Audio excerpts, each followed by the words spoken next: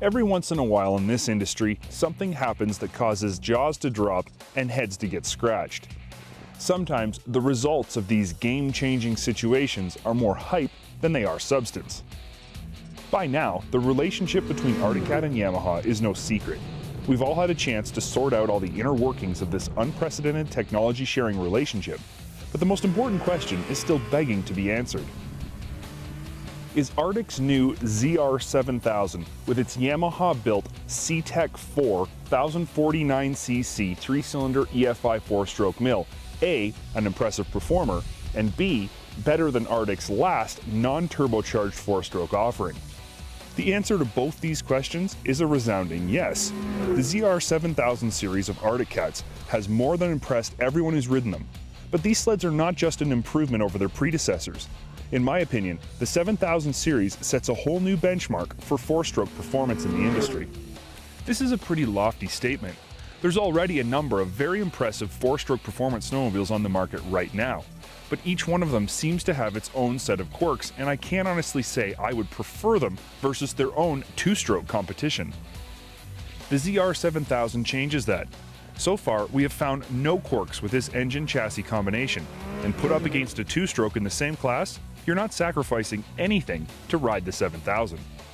The 7000 is available in a number of different variations and trim levels. The Limited is obviously the most impressive. Chassis-wise, this thing is all Procross.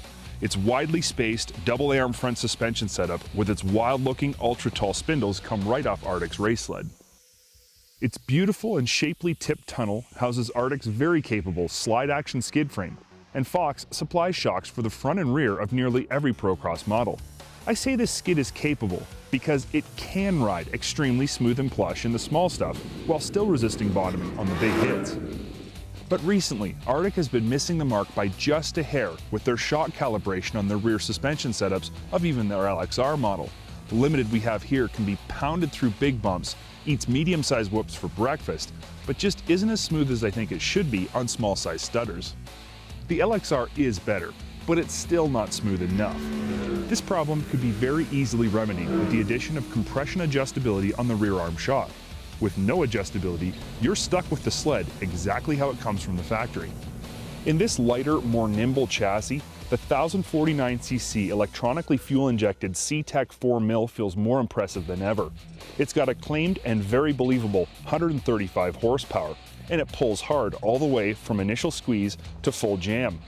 Even when you pinch it at 40 miles an hour, a set of perfectly tuned Arctic clutches shift down quickly, and this motor pulls your head back with authority. If you were to climb on the new ZR7000 and take it for a spin without knowing what was under the hood, you'd swear its center of gravity is lower than the old 4-stroke Procross. But the fact is, it's not. The 3-cylinder 4-stroke mill in the 700 is actually mounted a bit higher than the old motor. And this brings up an interesting point. You can go ahead and argue about lightweight and low center of gravity all you want, but how a sled feels is, in my opinion, more important than its actual measurements. So the CG's a bit higher. Who cares? This is the best handling Procross I've ever ridden. It tracks straight on light snow or hardpack, it has predictable turn-in even at high speeds, it stays flat and holds its line all the way through the apex, and it doesn't require any handlebar acrobatics to keep it pointed where you want it. In 2014, Arctic's LXR package just seems a bit lacking in impressive features. Furthermore, their SnoPro package has suspension that's tuned way too stiff for 90% of the population.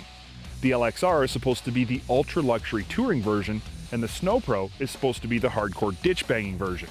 But this season it seems the Limited falls right in that sweet spot between the two. Yes, I get the Limited is supposed to be the primo model in the lineup, but I didn't expect it to be the seamless blend of LXR and SnoPro that it actually is.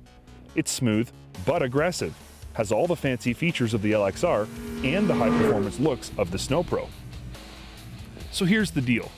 We know there will be a certain segment of the snowmobiling population that will talk down about this sled because its motor is built by Yamaha. But before you go getting all judgy, think about this. Arctic Cat has been using Suzuki motors in many of their sleds and ATVs for many years. And the truth is, Suzuki hasn't built a motor for Arctic Cat as impressive as the CTEC 4. Yamaha is and has always been a motor company first. So let's say you're Arctic Cat and you've got this sweet high-performance chassis that's just begging for an equally high-performance motor. Why wouldn't you go out and buy the highest performance 4-stroke you can get your hands on? It was a smart move, and the XF7000 is a home run, hands down.